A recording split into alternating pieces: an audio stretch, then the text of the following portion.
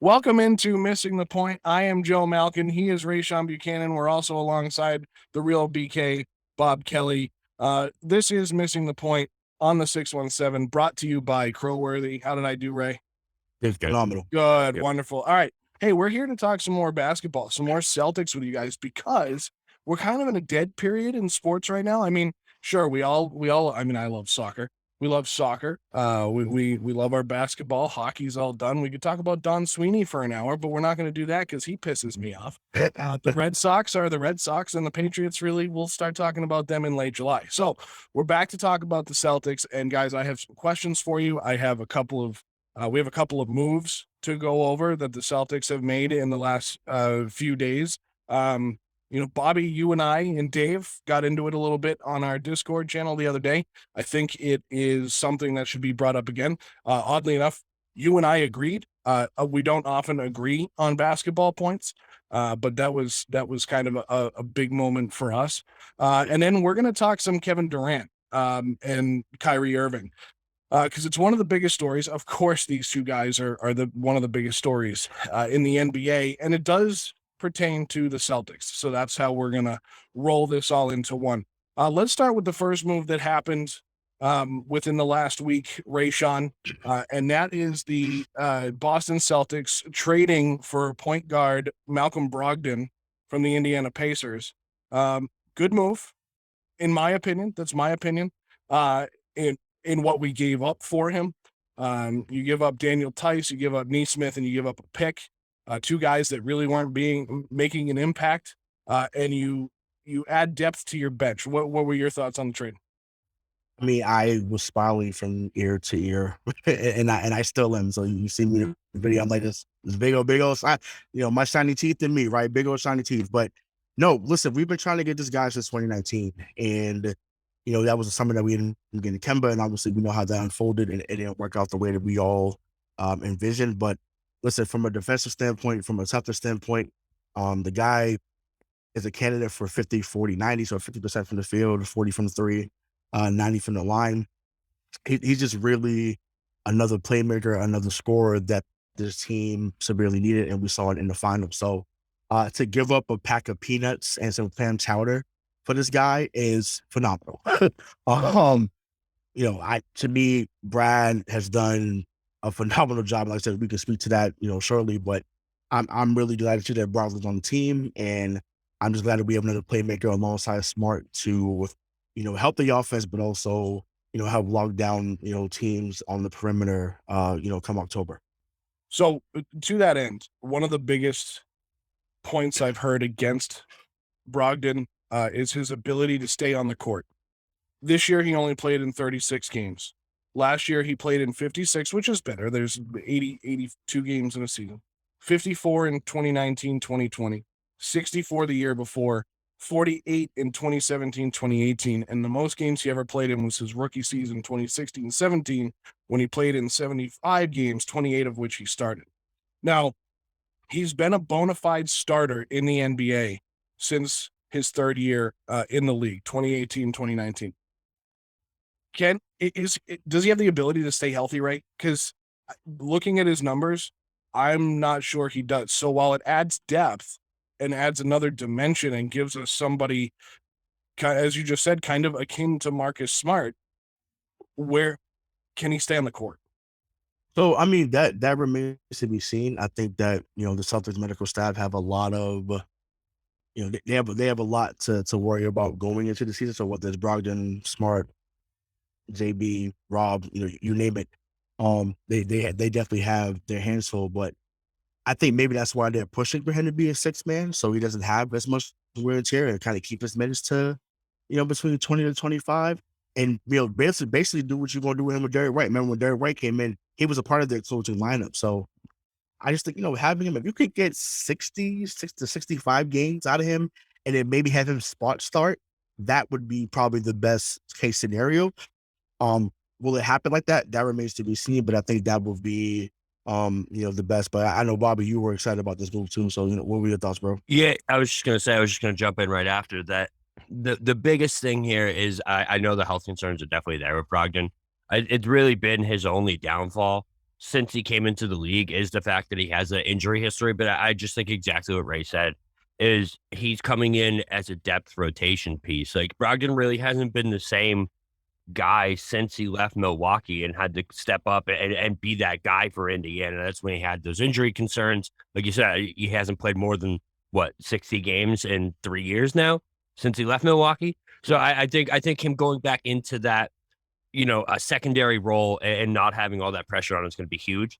To go to the 50-40-90 thing, there's been 3 guys, I think, since 2019 that have been an actual 50-40-90 guy playing 25 minutes per game, and that is Steph Curry, KYRIE Irving, and Malcolm Brogdon. So, like, that's I just feel like the significance of the Brogdon move has kind of been downplayed because of that injury history. Like, Brogdon's a legitimate, almost all-star in this league. If you remember, he was the third wheel on that Milwaukee team that almost won the finals 2-3 years ago. So he's such a big addition to this team, and to get him for literally no one, you know what I mean? Nothing the Celtics traded away really affects our rotation or affects our team moving forward. Yeah, Nesmith has some upside. I was ready to give up on Nesmith already. I know you were too, Ray. And then, he blows. Yeah, exactly. And then like Daniel Tice, bro. Trash. We all know this show's history with Daniel Tice. I love Stauskas. I love these dudes, but like Malcolm Brogdon for the Celtics bench mob and a first round pick. Come on. That's an A++ from Brad Stevens right there. So like Bobby, nothing, there's no negative to draw from it, What's interesting is we can bring this back to our very heated conversation we had when Gordon Hayward was on his way out, because Malcolm Brogdon was going to be the other guy with Right. Miles Turner in that deal. Yeah. Had they gone to Indiana, and now Brad gave up less than Danny would have had to give up Give up. had he gone and gotten that. I know. Listen, Ray, I signed a trade. That's all what it took. That's all it would have That's all what it took. And you know what? It's so funny because Bobby and I go back to this point because it's really, I'm not the biggest basketball guy on the show. I'm probably number 5, right ahead of Craig on basketball knowledge from the show, but right away knew what was going to happen. We don't rank on this show. We don't rank on this. Oh, we rank on the show. We rank on the show. Bobby, you, me, and Craig are at the top for baseball. So then Malcolm Brogdon bring this guy in, and Bobby and Ray, as you both said, he was a 50-40-90 guy in his final season with Milwaukee in 2018-19. What's interesting about that season, guys, and something I'm noticing looking at his numbers, just raw numbers, not the eye test, is that his best season, that could be considered his best season, he played the 2 that year for Milwaukee. He wasn't playing the 1. So that's something that gives us some flexibility as well, right, Ray? Because positionless basketball is something that Ime and Brad have been trying to push in Boston for a long time because they don't get very big. Now, they could get big. They got a little bit bigger with the next guy we're going to talk about, but positionless basketball allows you to put Brogdon and Smart on the court at the same time because Brogdon can play that too. No, but I'm glad you brought this up, and I was going to give you your flowers if you didn't say it for you. You talked about the Brogdon Hayward thing a couple of years ago, and we was like, oh no, like I said, we all jumped on you, right? Bringing Brogdon brings a little bit of play.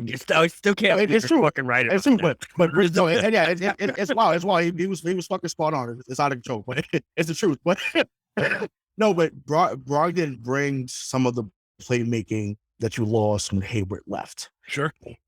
People was like, man, he's going to Charlotte, whatever. The man was getting 17, 6, and 5 as a 4th option in Boston. As a 4th option, Gordon Hayward was getting 17, 6, and 5. You don't find, that's not growing on trees. It's not. I'm sorry.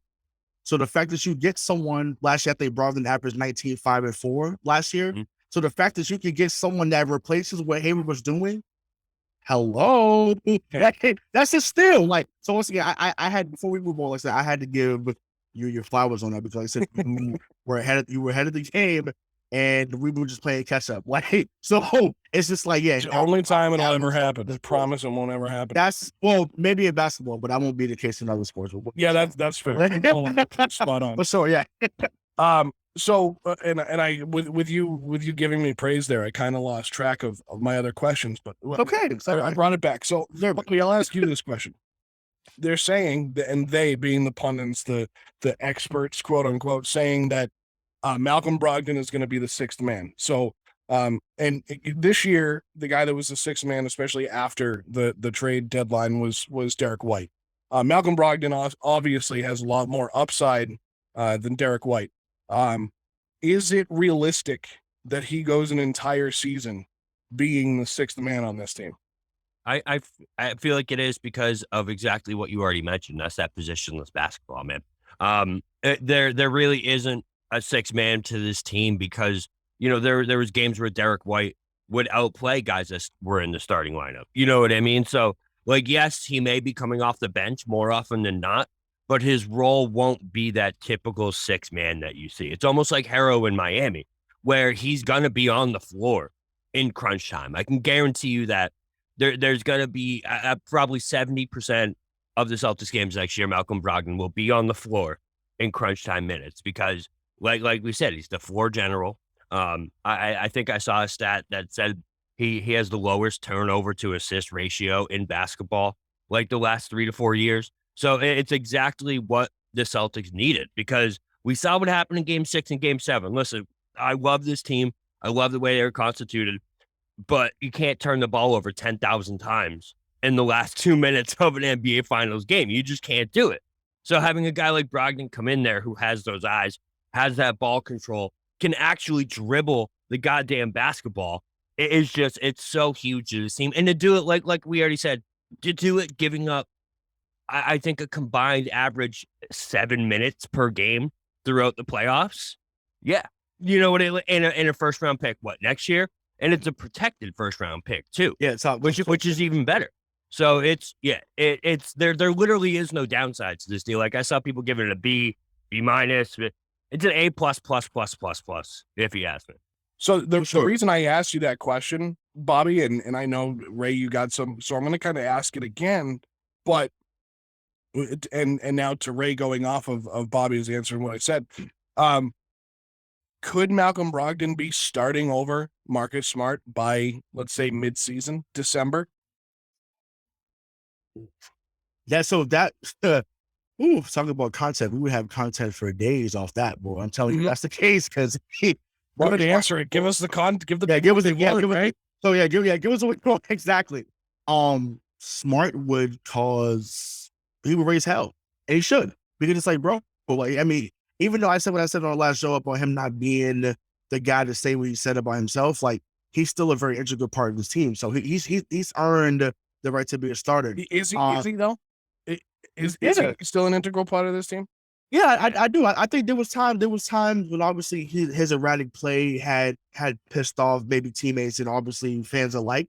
But yeah, like, no, he definitely played sport. Like the Miami series, he was really good. Parts of the Milwaukee series, he was really good. So now obviously, you know, we all wish he had a better showing in the finals, but you know, that goes for a majority of the team that should have had a better better outing in the finals. So, you know, I guess you kind of lump them all together in that regard. But far as the positional basketball thing that you brought up, Joe, I think that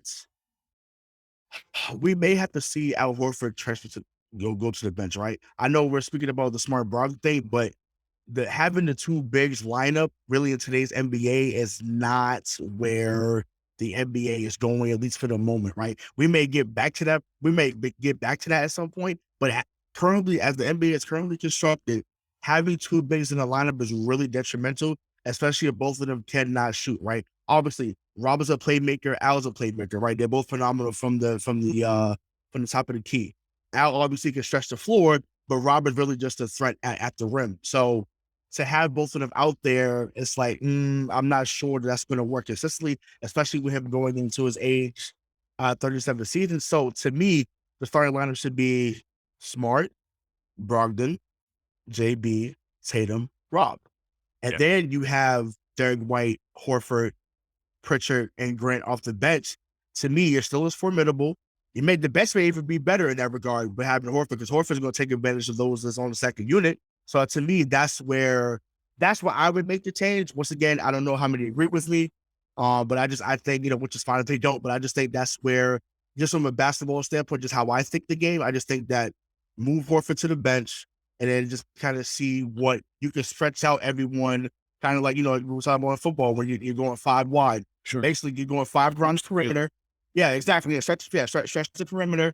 And, you have the one guy at the rim that's robbed, and, the offense opens up, and, you're able to switch and recover on defense. So part of the reason, and Bobby, again, kind of facilitating back towards you, and I'll let you go on your point, but I want to add a layer onto this, because Ray, at the beginning, you said that Malcolm Brogdon is a similar player to Marcus Smart. Similar, right? Like, he can play defense. He's a better 3-point shooter than Marcus Smart, but Absolutely. that's not hard to do. Right. But with them bringing Malcolm Brogdon in for peanuts, is there a chance that we see either Derek White or Marcus Smart shipped out this offseason? Because I don't think Brad's done. Yeah, and Marcus is at the top of his, like, I think he's at his ceiling. I think we know what we're going to get from Marcus Smart, for better or worse. Is it time to cash in on Marcus Smart now that you have a Malcolm Brogdon? No. So I understand the temptation, because, he just won Defensive Player of the Year. Like you said, his ceiling's never going to be higher. But, like, if we're actually trying to go for it here, right? We're actually trying to go for this championship that we were so goddamn close to. You can't do something unless you're getting back. So we can parlay into this something later. But unless you're getting back just an otherworldly talent, you can't break up the main portion of this core. And that's exactly what Brad and what all these other people have been saying, is like, we're trying to add to what we have, to the building blocks that we've already made. So I could see White, because he's not part of that, that family, that core that's grown together and all this stuff. But Marcus Smart, man, if you're going to deal him, to me, you need to be getting back something that really, no doubt, is an upgrade from what it was. Because there's no guarantee. There's no guarantee you're going to get Kyrie's talent without the brain, or that you're going to be able to draft Jason Tatum number 3. Right. Exactly. So if the upside isn't so clear and in your face, then you can't do that. It can't be a kind of lateral move and break up that connection that they all have. I had another point too. What else were we? What about Murray though? Would you have done it for Murray? Yeah, I would have done it for DeJounte. Because DeJounte's different, but again, I wouldn't have given up more than, I think I would have just done Marcus. I don't think I would have given up first round picks along with Marcus for DeJounte. No way. Maybe a couple rotational piece. I don't know. No, but you got to think, Atlanta got 3 for him. You had to give him at least 1. There was no way he was getting DeJounte Murray without getting a first round. Oh, so and once again, fuck those picks. Shout out to Leslie. Fuck them picks. It's about. I'm trying to win. Fuck that. I want to win next year. So wherever you can in here, baby. So to answer the question about the starting piece with Brogdon and Smart too, I feel like it really is going to depend on the matchup and who we're playing. If we're playing a team like Milwaukee, I think Brogdon comes off the bench and we have that double big lineup that was so successful against them. If we're playing a team like Miami, like Golden State, where that double big can just get absolutely torched, you better believe you're going to see Marcus Smart, Derek White, Brogdon, a combination of those 3 guys on the court at the same time. Because when it comes to those teams that can just run you up and down the court, that can get hot, that have that offensive firepower, you now have the speed, the playmaking, the ball handling ability, all that to keep up with those type of teams. And that kind of, and you know what? The other guy that we got was Joe. I'm sure you were going to lead into this, Gallo. He adds another layer to that too, where it's like he could be an instant 12, 15 points right off the bench for you too, man. And it's the 2 pieces that they added just add so much scoring and playmaking to this team. And it's literally less than 48 hours since NBA free agency started. Brad has has acknowledged and seen these two glaring holes that were so evident at the end of those NBA finals. Been like, piece A, boom. Piece B, boom. And it's just been fucking unreal. It's been great. Yeah. So Ray, and I second everything you said there, Bobby. But Ray, one guy you missed, and Bobby just mentioned him when you listed out the starting lineup and the bench was Danilo Gallinari. Holy moly! If he hears this, he's gonna be like, "This kid got a stutter." So Gallinari, If he hears this, like, what's up, Danilo? yeah, right, yeah. Hey, want to come to the show? Yeah, bro. please. Yeah, welcome to Boston. He's going into his age 34 season. So this is where I think you're getting the pieces now to go after that championship now. You have Horford here for another year, who will be in his age 37 season. Gallinari will be in 34. Brogdon's going to be in his age 30 season. Now, granted, that's young, in this day and age, because your two big pieces are only 24 and 25, and Marcus Smart is going to be entering his age 29 season. So Danilo Gallinari is released, and the Celtics hop on him being, was he bought out or just released? Either way, Atlanta bought him up. Now, here's another guy. He's a bench guy now, right? The last time he started more than 20 games in the season was the 2019-2020 season, when he played in and started 62 games. He's never really been a bona fide starter. He also had an ACL injury in 2013, which is a long time ago. Not everybody can recover from ACL injuries like Tom Brady. But at the age of 33, he played in 66 games this year, averaged 25 minutes off the bench, was a 43% field goal shooter, shot 38% from three, and 90% from the line. Those are pretty good numbers. So Bobby, you're on track here.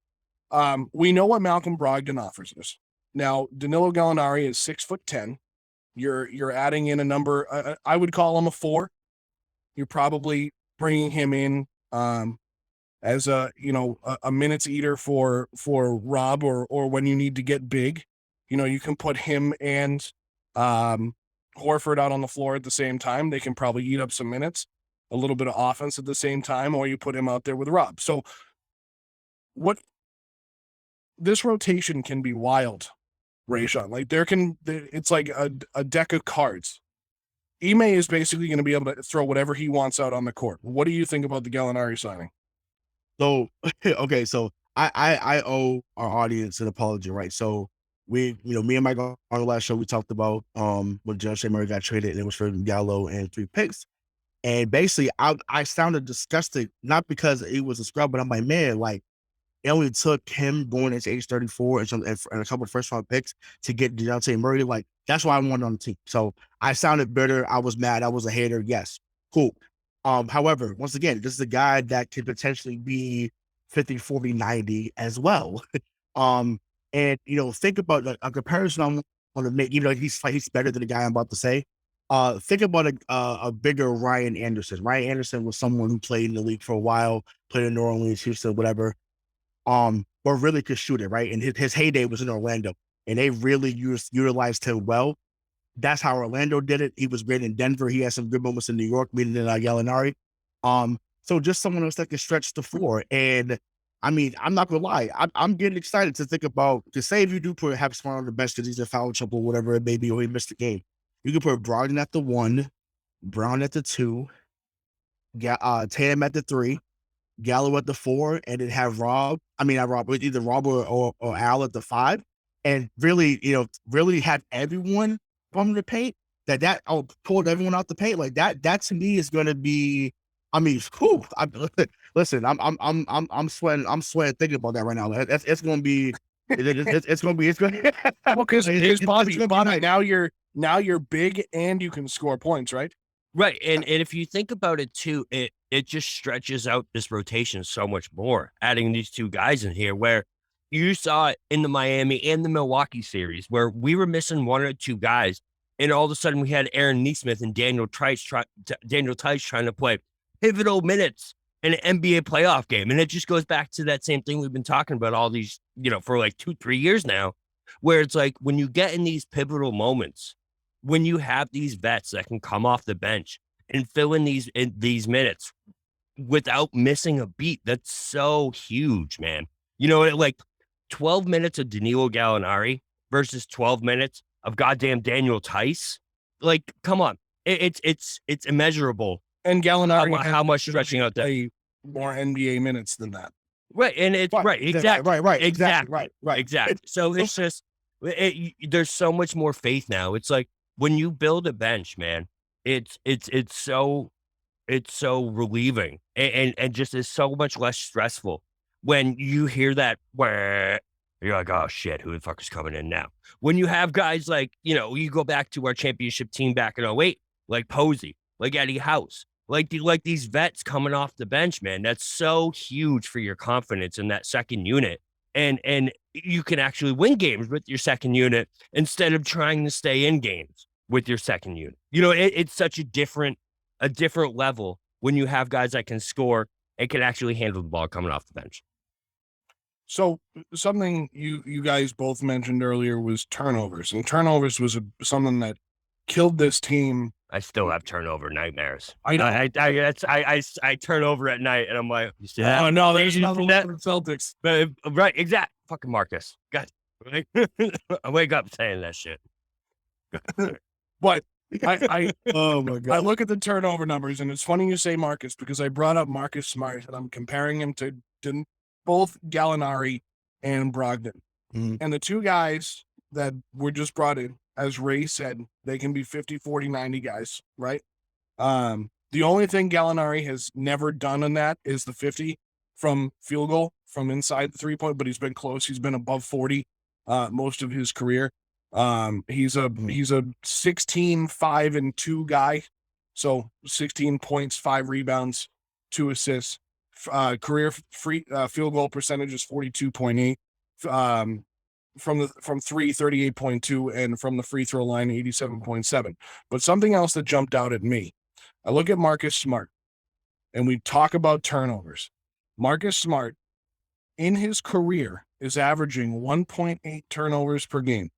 In the last 2 seasons, 2.0, and in the season that they just played in and went to the NBA championship round, 2.2 turnovers per game. Malcolm Brogdon, who you just traded for, is a 1.8 career, so same as him, but in the this is Malcolm Brogdon. He is also around a 2.1. So you are bringing in almost the exact same guy as Marcus Smart. Now, defensively, their numbers are pretty close too. Gallinari, he is turnovers. He's 1.2 in his career. 1.2. He's not much of a ball handler. Now, you'll see some passes from him this year where you're like, oh, like I didn't know he had that in his game, but that's just a European style. Like they very flashy with their passes. But we just need him to be a Walmart Peja Stojakovic. That's it.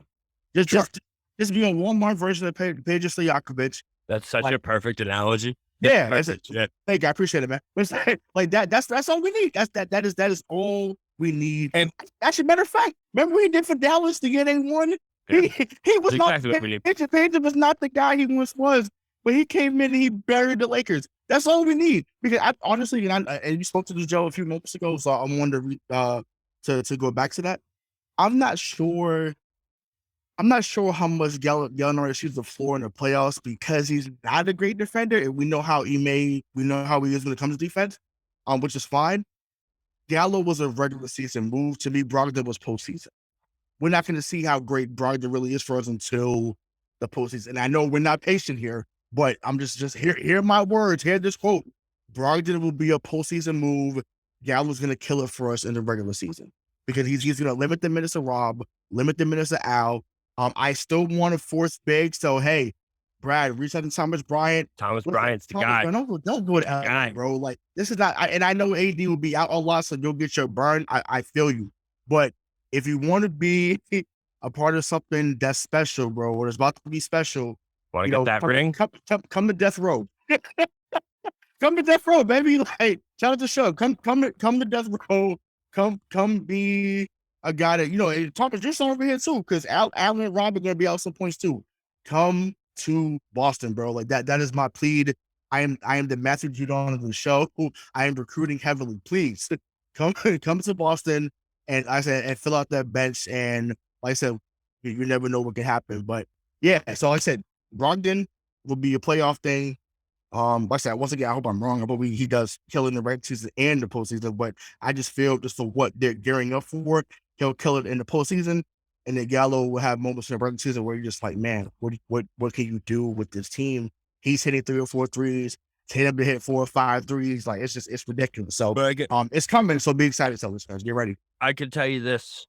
I can guarantee you that you'll feel better about Danilo Gallinari and Malcolm Brogdon shooting high pressure threes in Game 6 of the NBA Finals than you will with Peyton Pritchard, Grant Williams, and all these other dudes that were hucking up shots in Game 6 of the Finals. You know, it's just talk about Grant. We about 30 minutes in. I'm assuming we don't have to talk about Grant because Grant's going to be here still. We're just talking about what's coming in. Grant's going to talk about. No, I'm saying we're talking about the bench. That's what I'm saying. I'm like, wait, but even talk about. I can guarantee you this: next year in the playoffs, Grant Williams will not play more than 18 minutes a game in any of this year. Oh, you need though. With the rotation that we have right now, and that's the type of dude that Grant should be at this point in his NBA career. You shouldn't be letting Grant Williams. Like, I know it worked out and it was amazing, but like in no universe should Grant Williams be shooting 19 3-pointers in Game 7 of the Eastern Conference Semis. Tatum agree with you.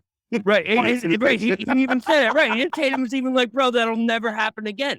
It's just, when you add events like this, it takes dudes that were playing, you know, they absolutely played above their level and they were awesome and they got us to where we were supposed to be. But in no universe should you have to rely on dudes to do that who are in their second and third year in the NBA. Right. You know what I mean? Who are clearly not bona fide role players. Right. And now you have two guys who are who have been above role players. I think Gallo is probably a role player now. Well, yeah, he's probably a role player. Brogdon's about a starter at this point. But like when you add those two pieces, it's so huge to what it does to the depth and the flexibility that you now have with this roster. And you gave up nothing. So it's like, all right. You have two guys on this roster that should be playing over 42 minutes a game. And that's 0 and 7. And other than that, you can rotate in however you want. You can do whatever you need to do. And if I don't even know that though. No, I know, but I mean, if you can find, and that's the biggest thing too, is I don't think Brad's done because I think they want to bring in. So I mean, obviously the draft and everything else, like they want to bring in some more pieces. They're not there yet. I don't think Brad's going to be happy because we've talked about. I love Brad because of who he was at Butler and the recruiter he was at Butler and the kind of game he ran at Butler. And I think Ime fits that, especially coming from that San Antonio system. Right. You know, everybody that comes out of Pop's system runs the same system. I mean, Becky runs the same system. Ime runs the same system. It's the same attitude, and they run it well, and they do it in a winning fashion, and that's what's fun to watch. And to go back to what Bobby said about Brogdon, looking at his numbers, we need him to be Milwaukee Malcolm Brogdon. Facts. Like that last year. I mean, turnover numbers, everything. Like that last year he had in Milwaukee, was the best season of his career. And he got paid because of that season. He got paid because of that season, but we also can't forget that we just traded for the 2016-17 Rookie of the Year. So, you know, I'm with you. A+. A+. I don't know if I'll add as many pluses because I never saw that many pluses in school. I don't even know if I saw an A+, but here I am. So, guys, we're going to take a quick break, and when we come back, we're going to discuss a little Kevin Durant rumors that are floating around that pertains to the Boston Celtics. So this is MTP on the 617 on the Crowworthy Network. All right, good job, guys. We're coming back. Everybody, here's a message about shaving your balls. Yeah. Oh yeah. Ball shaving. I can't wait to get my ball shaving kit. I can't wait to get my ball shaving kit either. My wife better not steal it. It's for men. Yeah. My wife doesn't have balls, so. Well, Craig, you should steal this for the read. Screw their ad read. Honestly, you should. I'm about to make some shapes around my nuts, and like maybe an arrow pointing at it. Right. Bring us back, Joe. Good time call. This is what made that baby. Welcome back to Missing the Point on the 617, part of the Crow-worthy Network. Joe Malkin, Rayshawn Buchanan, the real BK, Bob Kelly. So, guys, we broke down the moves that have already been made, and now let's go into some speculation and some major speculation going on around the NBA and more story. Another story that came out, and I can't believe we got to talk about this guy again. So I'm going to go. We're going to be talking about both of them for the next fucking I 3 don't months, want to. just to let you know. I don't want to. Like, We're you know how the world is now where like LeBron's on the West Coast and we don't talk about him on the East Coast anymore. That's what I need both of these guys to do. Like when KD was on the West Coast, we didn't talk about KD on the East Coast. That's what's great about East Coast, West Coast stuff. It's like, oh, great. I can watch the Seahawks every once in a while, but I don't need to talk about them.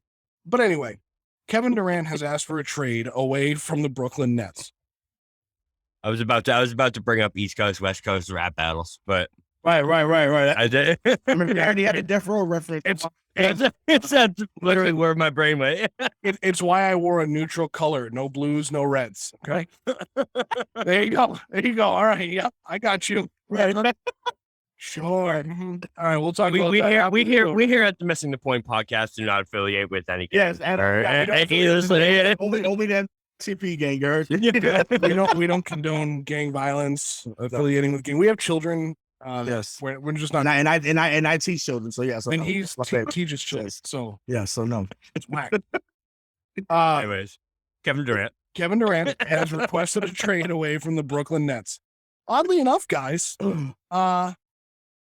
he requested to go to either Miami or Phoenix, apparently, allegedly. However, the Boston Celtics are still in the mix here. But from the frame of a Celtics fan, because we are on the 617, powered by the Crow-worthy Network, Missing the Point, MTP here. Let's look at this through a green-colored lens. The only lens I got. Right. Kevin Durant is one of the greatest basketball players on the planet right now. He might be one of the greatest of all time. Because I think if you ever get to that level where you're one of the best on the planet, you are automatically one of the best of all time, right? At least in that conversation. Yeah. Yeah, like LeBron, Jordan, Kobe, Larry, Wilt. Like you get into that conversation, and that's where KD is. Is he a ring chaser? I wouldn't say he's a ring chaser. I feel like he wouldn't have gone to Brooklyn in 2019 had that been the case. I disagree with you, but go on. Well, no, the reason why I say that, I can't wait to hear your point because I know how you feel about this, but to me, I think that Brooklyn was building something at that time, right? So Katie Atkinson was a coach, and I think they had just lost to Philadelphia in the first round of the year. So they had D'Angelo Russell and Jared Allen, Karis LeVert, Spencer Dinwiddie. So they were really building something there where they were more like that hard-nosed, gritty, really like an early 2010 Indiana Pacers team, right? So, needless to say, I don't want to go down that rabbit hole, but they were building something there. So, but obviously, once he gets there, those guys are still there. Obviously, Kyrie chooses to join him there in Brooklyn. And I'm like, okay, maybe they're starting to build something special. The reason why I say he was a ring chasing there, they clearly he was going to be the reason why they won. He was going to be the reason why they lost, right? That wasn't always the case in OKC. That wasn't always the case in Golden State when he went there. So there were still other people that was established on those rosters. So him going to Brooklyn, brand new situation, I think that he pursued some other off the court benches while he was there. But I think far as from a ring chasing standpoint, no, I feel like if he had went to trying to think, okay, if he had said I'm gonna take less money to go play with LeBron and AD at that time, I'd have been like, yeah, like bro, like this is you go from Stephen Clay to LeBron and AD, like that's wild. But no one was expecting Brooklyn to be in that category at that time. Obviously, he catapults them. So did Kyrie at the time. Obviously, they were both injured, so that's what ended up happening. But that's the only reason why I don't think it was ring chasing. But I can see the argument really for both sides, and I'm looking forward to hearing what you should have to say. That's why I think he was ring chasing. And Bobby, I'll let you jump in on this as well. When he left OKC, he was in a bad situation, right? Like him and Westbrook did not get along. They just didn't get along. It wasn't going to happen there. It took too long. You know, at the time, you know, for those of the younger listeners that may not remember when KD and Westbrook were together, they were like Tatum and Brown, but they couldn't make it work. They just couldn't make it work. Now, again, am I comparing the player Jason Tatum to Kevin Durant? No. Or Brown to Westbrook or Durant. I'm just saying that they're what was expected of them The upside is what we have here in Boston. Whereas he realizes it's not going well. Now, he could, at that time, Ray, he could have gone anywhere, right? Because there was other teams that were doing really well, whether it was in the West or in the East. Like the Lakers weren't a bad team at the time, but he chose, well, I can go anywhere I want. Why not go to Golden State, who just won, and add myself to that mix and go win again? And they did. They went on and won twice. And then when they didn't win, I would say he jumped ship. And again, I'm not in the mind of the player. I don't know Kevin Durant from you know, the guy 3 houses down that I've never met. But like, I don't know who he is as a person. I just see him having that personality. And then when he went to Brooklyn, he goes into Brooklyn. He was kind of the first of the big three, right? Quote unquote, big three, because LeBron had done it. The Celtics had done it back in the day. The Heat did it. You know, what now, a decade ago, maybe a little more. The Heat did it. He goes in there. You can't tell me with a straight face he didn't go to the Nets knowing that at least Kyrie was coming there. Like that. These guys, for sure. Oh, man. I mean, you want to talk about tampering? We talk about it in the NFL all the time, right? Because we know it's there. We know it's happening. But there's so many more players. There's so many more agents. There's 2 more teams that it's just harder to keep track of. But in the NBA, we know these guys weave their own baskets here with their fellow players. And they create these friendships, and they know who's good and they know who's bad, and they know the agents, and they run the teams. Right. So KD knew what he was getting into. He knew that Kyrie was going to come in. I would say, because when you started mentioning all those names that Brooklyn had, where did they get a lot of those guys? So the homegrown talent, they draft Homegrown talent, draft picks from who? from us. From us, from the Boston Celtics, Yeah. right? So here's how we're bringing the Boston Celtics in. I would say they were in a better place before they brought in KD and Kyrie and the third guy whose name is Harden. Harden. Yep. James Harden.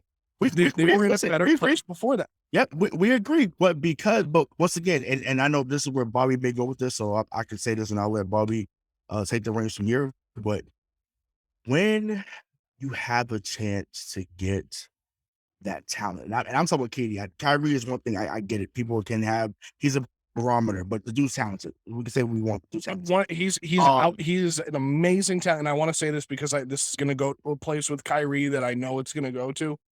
He's an amazing talent. Great basketball player. Awesome. He's Selfish. He's a dumbass. He's selfish. He's a dumbass. I just can't. I just can't. That's not the one I think you're going to say. Well, okay, that's when you walk into a meeting room with your head coach on a work day, and could you imagine walking like Ray? You walk into your principal's office. I walk into my director's office. Bobby, you walk into, well, you work remote all the time, but you walk into wherever you work. You walk into your boss's office and just go in and go, what do you think about our government? Like, what the fuck is that in the workplace? Sorry, I don't swear. I've got to be honest with you guys. My dad told me on vacation, he was like, when are you guys going to start swearing less? And I was like, Dad, I'm 33 years old, but I get it. If you don't want to hear us, you're right, Mr. Malcolm. You're right. I'm sorry, I got to be better. Sorry, Dad. I got worked up. So, Dad, just bleep that You're out. right, Pops. I got to get better. Like a Ray dropped like 4 in a 30-second span a little while ago. Trying to do better every day. I'm working on I usually don't. And then my first episode back in like a month, I throw an F-bomb around. But anyway, it's cool. It's earned. You know, yeah, that's right. They say intelligent people swear more. So Right, exactly. That's what I keep telling people. So, but anyway, lost my train of thought. Anyway, Kyrie, great basketball player. Dumbass, right. Okay. I don't want to call him a punk. He's not a punk. No, he's selfish though. He's selfish. He's extremely selfish, and he's all about himself. And I mean, are you kidding me? If you're not telling, if you can, again, with a straight face, tell me that he wasn't sitting out games due to quote unquote injury, not wanting to get vaccinated. You tell me he wasn't playing the rules of New York and Canada and all these other places and just collecting a paycheck. I'll call your bluff. No, for sure. But and I'll say this point, like I said, Bobby, it's on you. But so All-Star Game 2019, I think, was in Charlotte. Yeah. Yes, it was in Charlotte. I remember this. And so basically, you see a video that went viral of KD and Kyrie talking in the hallway before going out to the floor. And so, I'm Abby Chen, a friend of the show. Hope to have you back on soon. But Abby had spoke about on the show that she came on with us saying that, hey, we had asked them about that, and it was just like, oh, like, can't two friends just have a conversation? And it's basically just berating media for basically calling him out from talking to KD, really just trying to talk about what's going on. Right. And then obviously, 4 or 5 months later, Kyrie signs a 4-year deal for $141 to join the Brooklyn Nets and Kevin Durant.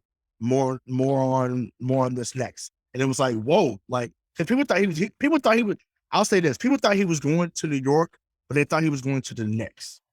That's what people thought. They thought he was going to go to the Knicks, and then, whatever happened. Okay, but people thought he was going to the Knicks, not the Nets.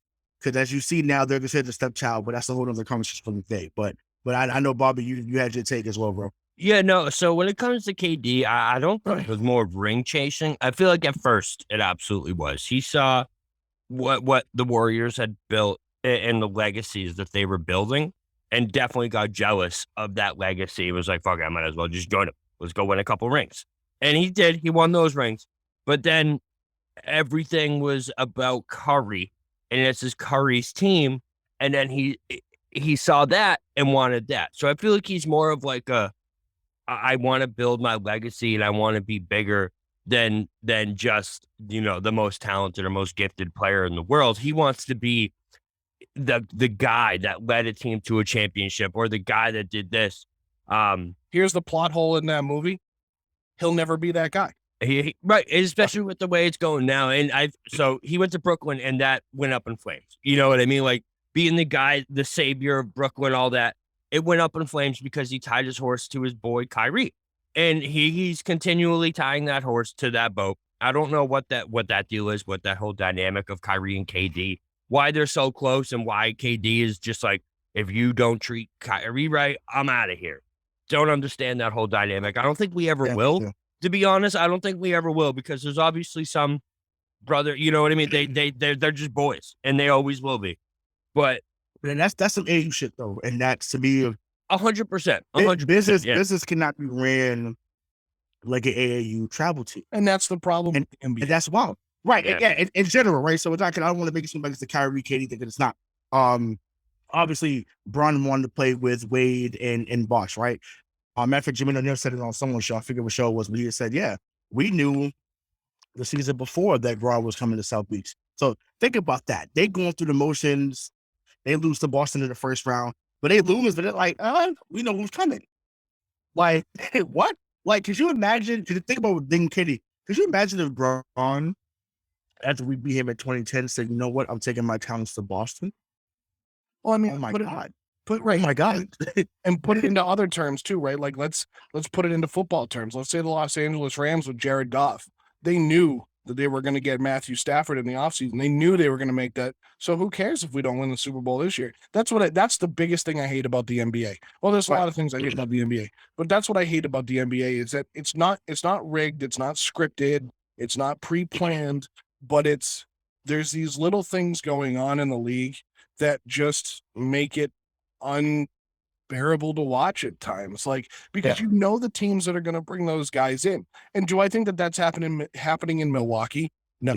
Do I think it's happening in Boston? No. Portland? No. Dallas? Memphis? No. I'm talking about playoff teams here. I don't think it's happening in those places. Did it happen recently in LA? Yeah, absolutely. Yeah. Miami, even Cleveland, when Bron went back to Cleveland? Yeah, absolutely. The Nets, without a doubt. So this is the biggest issue I have. Now let's bring it back to the Celtics and KD, because, Ray, you said something glaring that we have to bring up. And I want to say something about the ring chasing too. And it's so fun. So many people are going to be like, yeah, that's the point, right? You want to go get a ring. You want to go win a ring. Yeah. But like Bobby said, if he wanted to be the guy, you could go to, I don't know, name a bad team. You could go to Detroit if you wanted to do that and bring everybody there. They went to the glimmering, shimmering lights of New York. LeBron went out to Hollywood, and they go to South Beach. They don't go to Detroit anymore, right? Like back in the day, the 90s, and they don't go to Portland. They don't go. I mean, there was a guy named Isaiah Thomas that helped that out. So I mean, Yeah, sure. But that's what I mean. But that's what I mean. It's like, but dudes went to these places back in the day, whether they were drafted or not. They went there and they stayed there. So coming back to your point, Ray, earlier, where you said if you have the opportunity to go out and get a guy like KD, you go out and get him, right? This is what we've heard Dave say. Mike, generational talent, right? Like this is KD, right, one of the best players in the world. right. You want him in Boston? No, granted, this is a very far-fetched idea because I think we all know what it's going to take. Do you want him here? So just the short answer, no, right? But obviously we're doing the show. I need to give more than a no answer. But short answer, no. Now, the only way I can envision that happening is if someone who's been berated and slandered all offseason, which is Jaylen Brown, really he's been slandered his whole 6 years. Let's keep it real. Which doesn't end his own time. Kid just can't. It does, yeah. So yeah, he turns well over fine, whatever. But he's been slandered a lot. Anyways, the only way I go to Brooklyn and say I'm giving you JB is if Jaylen Brown comes into Wick's office and says, when my deal is up in a couple of years, forget about it. I'm not resigning. If that comes out of his mouth verbatim, oh yeah. Hey, Josiah, hey, guess you know what? Let's get on the phone, let's talk. JB, Grant, whoever, and then give whatever picks you want to get KD, and then you bring him to Boston. That's the only scenario to me that I'm doing. Like I'm not doing it for anything other than that. So, or you say, hey, let's do a 3 and 14 deal where you're still bringing back pieces. So that you're not completely decimated, but that's the only way I'm doing it unless JB comes in and says, well, you know what? The city doesn't appreciate me. I feel that teammates don't appreciate me. I'm not looking to come back. So, do what you need to do. That's the only way I'm doing that. Bobby, to your point earlier, can KD play second fiddle to Jason Tatum, regardless of what it takes to get him? Whether it's JB or Brad trades himself, like can KD come in here and play number 2 to Jason Tatum? For a little bit, yeah, I feel like he could. He did it in Golden State. I feel like he would fall into line for at least 1 or 2 seasons. After that, I can't promise anything. I mean, I guess by then he'd be like 36, so he would have to. But yeah, I feel like he would fall in line for a little bit. The reason why I feel like this is so far-fetched, right? And why I just feel like it's just beating a dead what's the expression? Beating a dead horse. Yeah, exactly. Because you're not. I don't think Brad at this point ever, like Ray said, would even I know it was the Celtics Twitter topic. I know it was all over Brad's not trading Jaylen. You know what I mean? Like we can throw this against the wall all we want. It's not. Jaylen's going nowhere. Tatum's going nowhere. Brad's not an NBA 2K GM. You know what I mean? Like he's not going to trade either of these 2 pieces. He's not there. If Brooklyn walked in and was like, hey, we'll give you KD for, crucify me now, for Marcus, for Grant, and for, I know we just traded for Nesmith and like 4 first-round picks.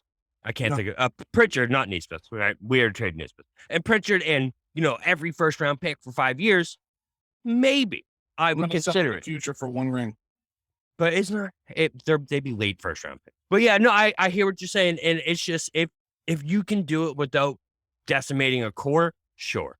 But that's not what Brooklyn's saying they want. They want an all-star caliber player like Jaylen Brown and other pieces to build around it. And that's not.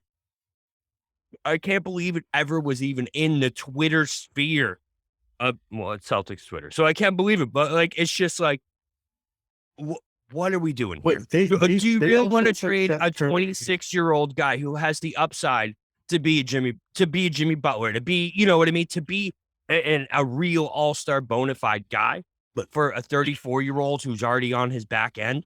But they It's they just took it never Seth makes sense. Curry and Andre Drummond for Ben Simmons. Just saying. I mean, not for Ben Simmons. I mean for James Harden. So it's just like that. Really, like this is what you got in the deal. Like you brought, and once again, Seth Curry very formidable. I'm not. This isn't. But I'm like, Seth Curry really is there paying pressure. Like, so if you're telling me that's what it's gonna take in the deal, by all means, I would meet you. I would meet you with Yeah, fine. I would meet you with a sign at Logan Airport saying, "Well, are you kidding me?" Okay. Think about this, right? And I know you're the non-Patriot fan on here, Bobby. When Randy Moss got dealt here in 07, right? He was a problem in Minnesota. He was a problem in Oakland. He gets here and immediately falls in line. Immediately. For 2 years. Sure, but that's exactly all you need. That's all Yeah. you needed, though. No, it's not. But obviously, But we didn't win. but when you think about it, right? So it's the talent and the combo. If you have a chance, right, to have Right. Jaylen Brown, Jason Tatum, and Kevin Durant on the floor at the same time, you do it. You do it in a heartbeat. But the thing is like, Brooke, I don't see that happening from Brooklyn. If by a miraculous chance, they're like, yeah, no, we just want to get assets back and we want to get this done. So you Sure. know why? You know why it doesn't? I just don't see it. Above all else, you know why it really doesn't happen. So it's not because one don't want Jalen, or it's not. I'll tell you why I think it really doesn't happen. We just swept them in the playoffs. Just swept them. We didn't molly them. We swept them, right?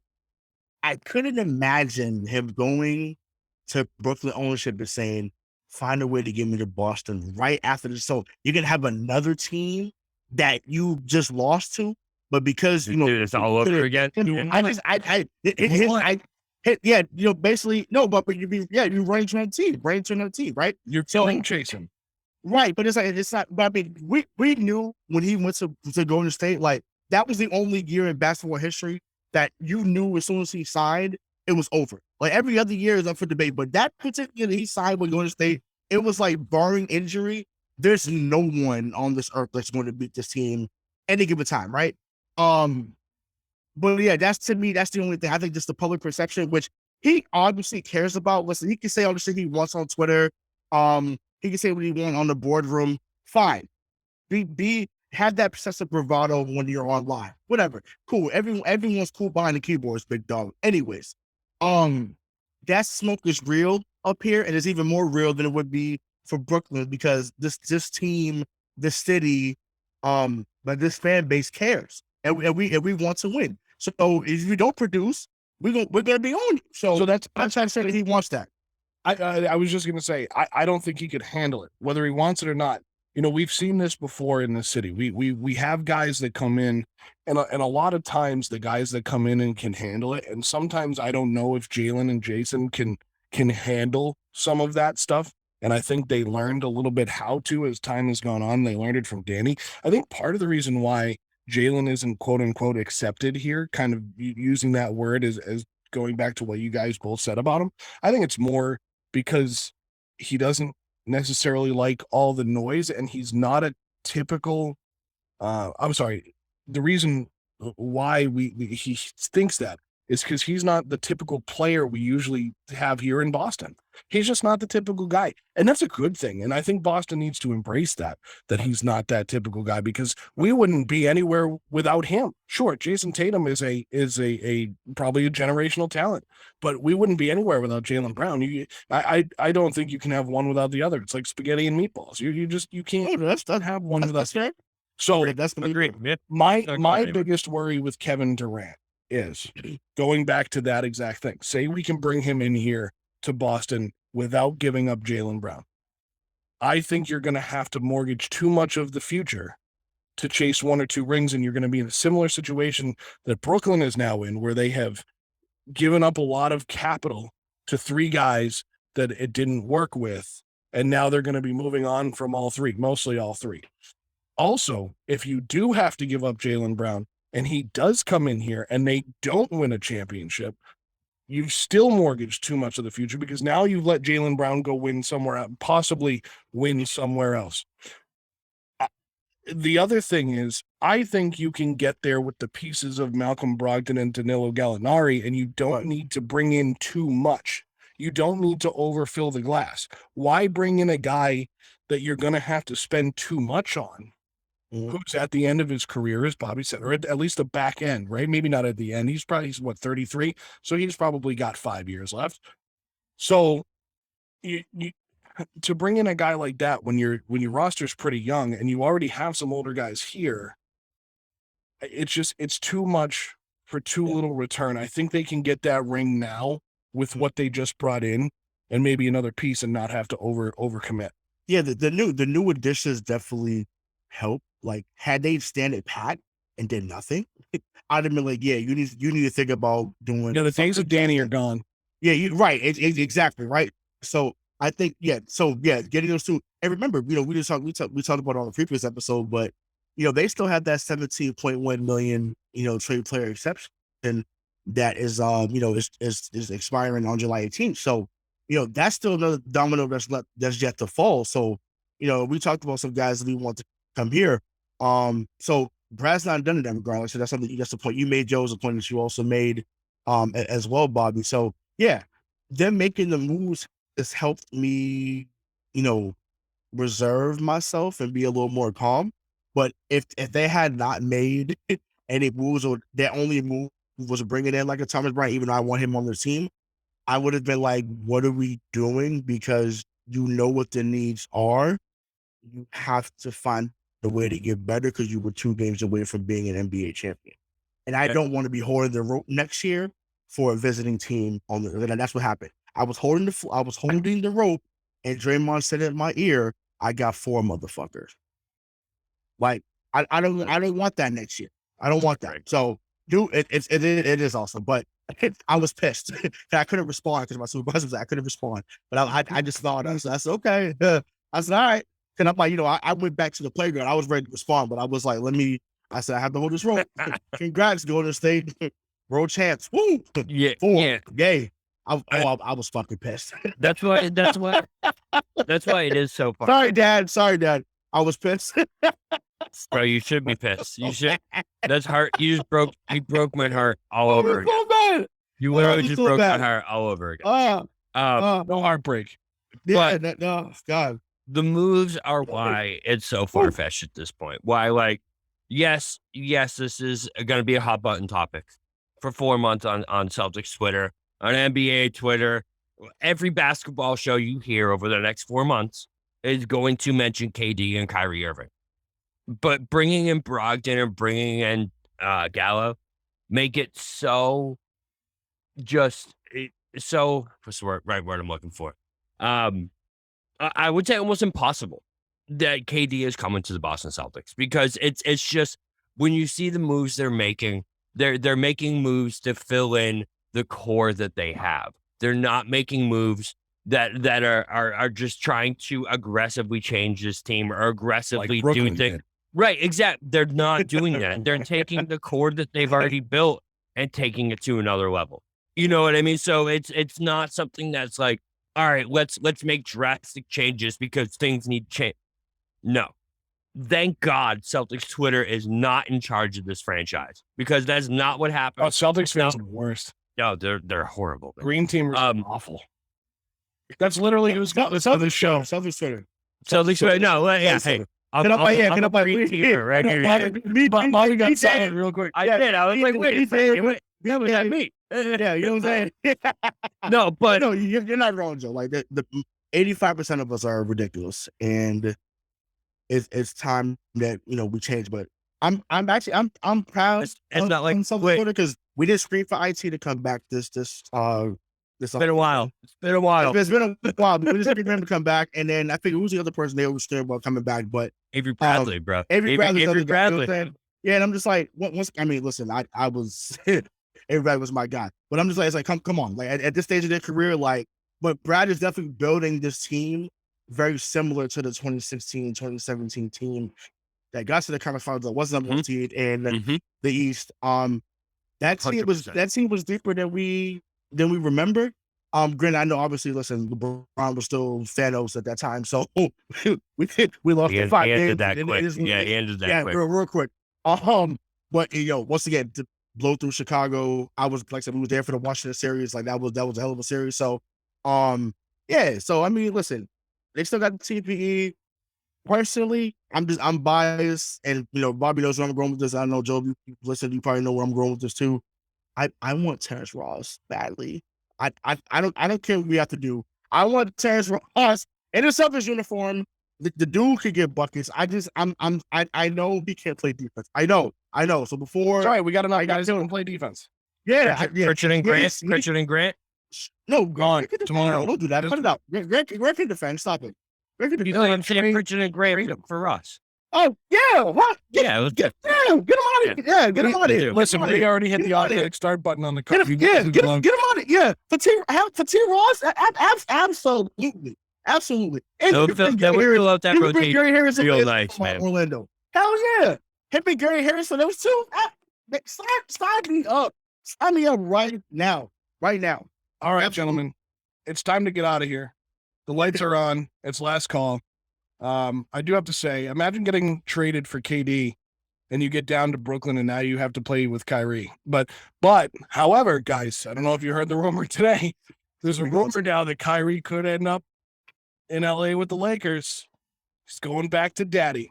So that's a Joe Malcolm, You've been waiting all night for that one, haven't you? the real BK Bob. All night. This is the MTP on the 617 on the Crowworthy Network. As the great Stuart Scott once said, you ain't got to go home, but you got to get the heck up out of here. Peace out.